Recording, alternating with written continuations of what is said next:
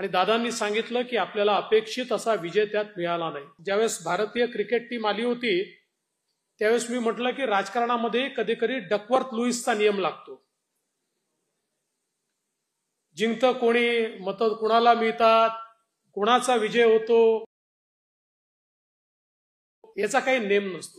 आता नुकत्याच झालेल्या महाविकास आघाडी म्हणते आमचा प्रचंड मोठा विजय झालाय। हे खरं आहे की आपल्यापेक्षा त्यांना जास्त जागा मिळाल्या, पण आपण जर बघितलं तर महाराष्ट्रामध्ये महाविकास आघाडीला 2,50,00,000 मतं मिळाली आणि महायुतीला 2,48,00,000 मतं मिळाली।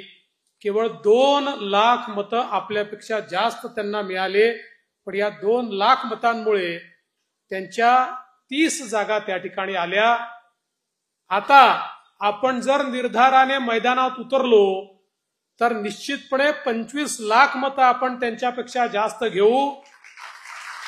आणि मी 25,00,000 म्हणतोय, 50,00,000 घेऊ, पण 20,00,000 मतं जरी आपण त्यांच्यापेक्षा जास्त घेतली तरी देखील 200 जागा आपल्या निवडून येतील। एवढी ताकद आणि एवढं पोटेन्शियल आपल्याकडे आहे। त्यामुळे लोकसभेमध्ये टेक्निकली जरी आपला त्या ठिकाणी पराजय झाला असला तरी देखील महायुती पूर्ण ताकदीने आता मैदानात उतरली आहे। आपल्याला लक्षात आलंय खरं म्हणजे ते रोज खोटं बोलत होते, पण आपण देखील थोडंसं त्या ठिकाणी गाफील राहिलो की तर नेहमीच खोटं बोलतात, यांच्यावर विश्वास कोण ठेवेल। पण दुर्दैवाने रोज खोटं बोलल्यानंतर लोकांच्या मनावर काही परिणाम होतो हे आपल्या लक्षात आलं।